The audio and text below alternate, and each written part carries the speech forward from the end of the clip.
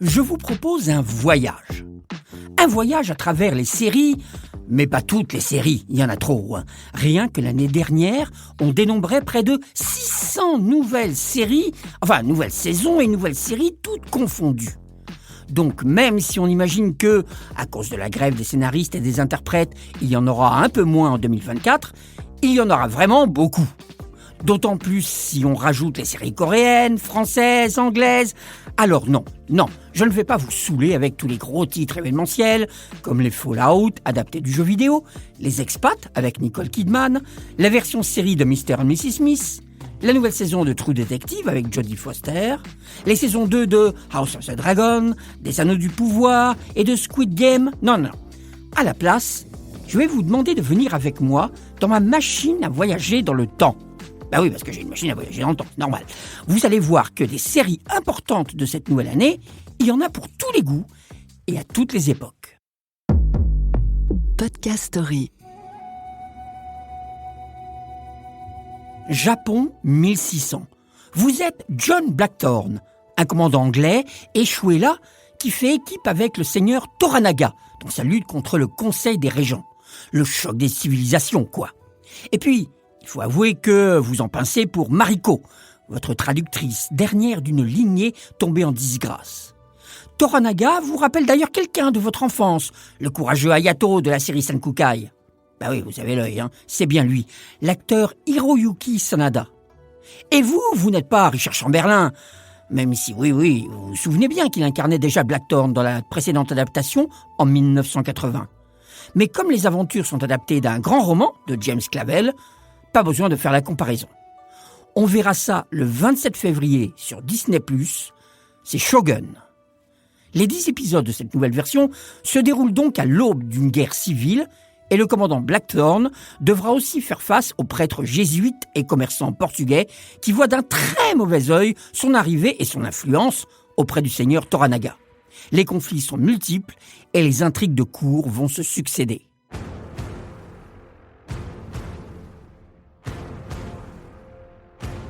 Seconde Guerre mondiale.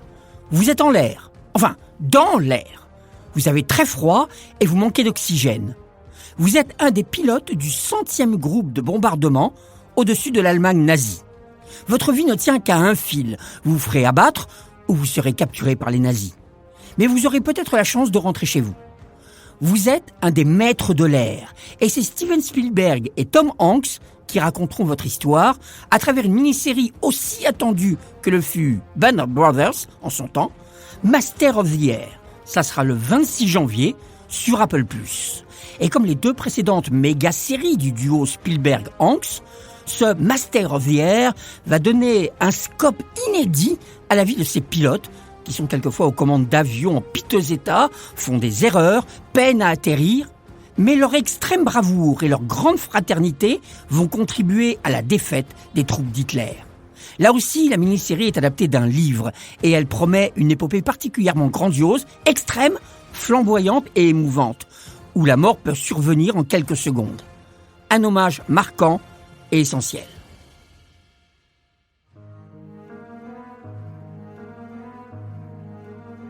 Vous voici dans un autre feu, une autre guerre. Irak 2016. Vous faites partie des forces spéciales françaises, la veille de la bataille de Mossoul. Pour qu'un important émir de Daesh accepte de coopérer, vous devez en retour retrouver sa fille et son petit-fils. À vos côtés, Adèle, votre commandante, et un soldat, Manzar, qui ressemble furieusement à Théo, le flic de la série Braco. Ah bah c'est lui, Nicolas Devauchel. Et Rock, c'est Thierry Godard, que vous aviez déjà vu dans Engrenage et dans Un village français. Ziad Doueri est votre réalisateur, et c'est lui qui a mis en scène les 2 fantastiques saisons de l'excellente série Baron Noir. Bon, avec tous ces noms prestigieux, vous êtes bien entouré, ça devrait bien se passer. Si on peut vous voir déjà en pleine action sur Prime Video, vous allez prochainement débarquer en prime time sur France 2. Oui, Cœur Noir sur France 2. C'est assez rare de produire en France une série de guerre plutôt contemporaine. En 2016, il y a eu Loin de chez nous, qui retraçait les dernières semaines des troupes françaises en Afghanistan. Et aujourd'hui, Cœur Noir proposera une vision assez proche, mais encore plus tendue, encore plus haletante. L'émission qui s'enchaîne s'étire en longueur, mais tout peut mortellement déraper en quelques secondes. Qu'il s'agisse d'une traque dans des tunnels ou d'un simple passage à l'hôpital du coin. Sniper, otage piégé, kamikaze, le suspense est lourd, constant et angoissant. Cœur Noir nous montre aussi ses protagonistes au calme entre deux opérations, à discuter d'écho tout en jouant au ping-pong. La production est assez époustouflante, criante de réalisme, et le producteur d'affirmer que le véritable combat de ces hommes et de ces femmes est de savoir comment gérer l'ordre de tuer. Les années 2020, et vous avez intégré une équipe de scientifiques. C'est à la base pour un joli projet très humaniste, mais il y a des morts très étranges et inexpliquées parmi vos collègues scientifiques aux quatre coins du monde. Et puis, c'est très bizarre. L'un d'entre eux voit un compte à rebours s'afficher devant ses yeux. Vous savez de façon presque indicible qu'une catastrophe va se produire dans 4 siècles. On ne vous dit pas quoi, mais tic-tac, tic-tac, le compte à rebours est en route. Vous avez donc 4 siècles pour trouver la parade et sauver l'humanité. Le problème à 3 corps, ça sera le 21 mars sur Netflix. Et ce problème à 3 corps a été retracé dans une trilogie romanesque chinoise qui fit grand bruit et obtint un grand succès. Réputée trop complexe à adapter, elle est maintenant entre les mains de producteurs qui vont l'adapter pour Netflix, livre après livre, saison après saison. Et si cela vous rappelle quelque chose, je vais vous donner un autre indice. David Benioff et D.B. Weiss. Ce sont les 2 producteurs en charge de ce projet. Et oui, ce sont les 2 scénaristes qui ont déjà adapté, avec un succès phénoménal, une saga littéraire inachevée et elle aussi réputée impossible à adapter, Game of Thrones. Sauf que cette fois-ci, la saga est bel et bien achevée, extrêmement ambitieuse. C'est mon collègue et ami Romain Nigita qui me recommande la série. Maintenant, vous êtes en 2021. Et vous êtes le nouveau propriétaire d'une splendide grande demeure dont vous avez hérité en pleine campagne. Mais une chute dans l'escalier a des conséquences inattendues et complètement folles. Vous voyez des gens qui sont morts. I see dead people. Un scout des années 80, un guerrier viking, un soldat de la guerre de sécession, un golden boy de Wall Street. Des fantômes.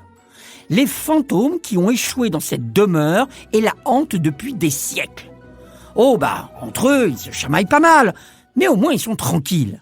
Enfin, ils étaient tranquilles jusqu'à votre arrivée à vous, ce petit couple. Et puis d'un seul coup, ils peuvent communiquer avec vous. Vous les voyez, vous les entendez, et vice-versa. Vos aventures hilarantes comptent parmi les plus gros succès de la comédie à la télévision américaine depuis 2 ans, à tel point que pendant la grève, la chaîne diffusa la version originale anglaise de la série dont vous êtes un des héros.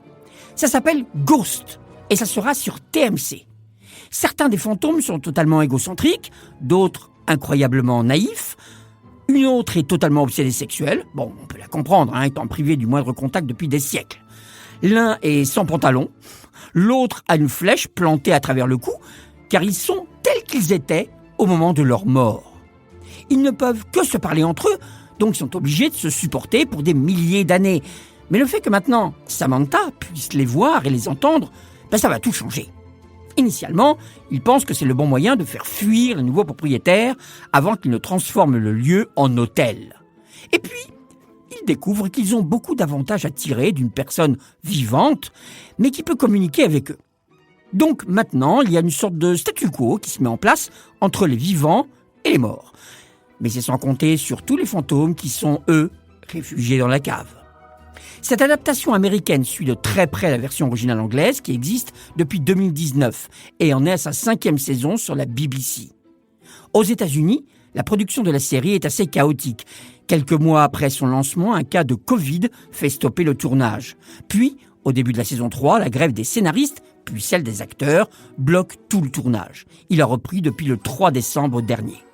Avec plus de 7 millions de spectateurs à son démarrage et 9 millions près d'1 an et demi plus tard, la série est un smash hit, comme on dit là-bas. La version anglaise est programmée sur Série Club, mais la version américaine devrait toucher un plus large public sur TMC. De nos jours, 1985, un flic infiltré. 1988, un astronaute à bord de la navette Atlantis. 1977, un boxeur. Une victime de tremblement de terre. Un prêtre sur le point de pratiquer un exorcisme. Votre nom est Ben Song. Et vous sautez d'époque en époque après avoir plongé dans la machine que vous supervisiez, l'accélérateur du projet Code Quantum. À chaque fois, vous devenez une personne de ce passé. Et à chaque fois, c'est un hologramme du centre Code Quantum qui va vous aider. Addison, votre collègue avec qui vous venez de vous fiancer. Sauf que vous l'avez oublié, ainsi que la raison qui vous a fait faire ce bond dans le temps. Vous avez perdu la mémoire. Tout ce que vous savez, c'est que ces bonds ne sont pas dus au hasard. Et cela, vous le détenez de l'homme qui a déjà vécu cela quelques 30 années plus tôt. Il s'appelait Sam Beckett. La toute nouvelle suite de Code Quantum, après Série Club, arrivera bientôt sur M6. Lancée en 2022 aux États-Unis, elle connaît déjà une seconde saison et bénéficie de la notoriété de la série originale, tout en ajoutant des éléments très contemporains. En effet, comme dans la série originale, chaque épisode va couvrir une seule et unique histoire. Et comment notre héros va-t-il pouvoir changer le destin de la personne en qui il a sauté, grâce aux infos de l'ordinateur Ziggy. On est donc sur un terrain bien familier. Mais, à la surprise de tous, les règles précédentes semblent ne plus s'appliquer. Ben Song voyage dans des époques que Sam ne pouvait même pas envisager. 1878, 1934, 1954, et même dans un futur très lointain, mais chut. L'autre différence, c'est que, en plus de ces histoires, la série va développer des fils rouges toute la saison durant, des énigmes et des mystères. Pourquoi Ben a-t-il sauté dans l'accélérateur ? Qui d'autre parmi l'équipe est un traître ? Est-il le seul à voyager ainsi dans le temps ? Si Scott Bakula a pour l'instant décliné la proposition d'apparaître dans cette suite, il est sans cesse fait référence au personnage de la précédente version. En clair, voilà une suite très réussie, bien produite, et qui entraînera le spectateur dans de nouvelles intrigues. Et il y a aussi des séries qui ne seront peut-être pas terminées pour 2024, mais que l'on attend avec impatience. La série Harry Potter, par exemple, adaptant très fidèlement les livres, et qui ne sera prête qu'en 2025. Le Zorro, tourné en Espagne, distribué par les Français Media One, est diffusé sur Prime Video, avec Michael Bernardo de la série Elite, dans le rôle de Diego de la Vega, alias Zorro le renard. La série préquelle de Dune, Prophétie, qui arrivera à la rentrée, malgré un changement d'acteur et de réalisateur en cours de tournage. C'est Emily Watson, que l'on vient de voir dans le rôle de Camilla Parker Bowles, dans The Crown, qui tient le rôle d'une des deux sœurs Harkonnen, Valia. La série Alien, due à Noah Hawley, qui a déjà à son actif des séries comme Fargo et Légion, elle est tournée à Bangkok, en Thaïlande, et se déroulera sur Terre et non pas dans l'espace. Elle sera programmée sur Disney+, alors qu'un nouveau long-métrage totalement indépendant, lui, est prévu pour août prochain au cinéma. Votre voyage dans les séries s'achève, votre visionnage peut commencer. Sachez donc repérer la série qui pourra vous séduire, le genre qui vous interpelle, le programme que vous suivrez épisode après épisode. Dans la jungle des séries, je viens de vous donner de quoi ne pas trop vous perdre. Podcast Story. On a tous une histoire à écouter. Ne manquez aucun épisode de Podcast Story. Abonnez-vous et mettez 5 étoiles sur Podcast Addict, Amazon Music ou Spotify.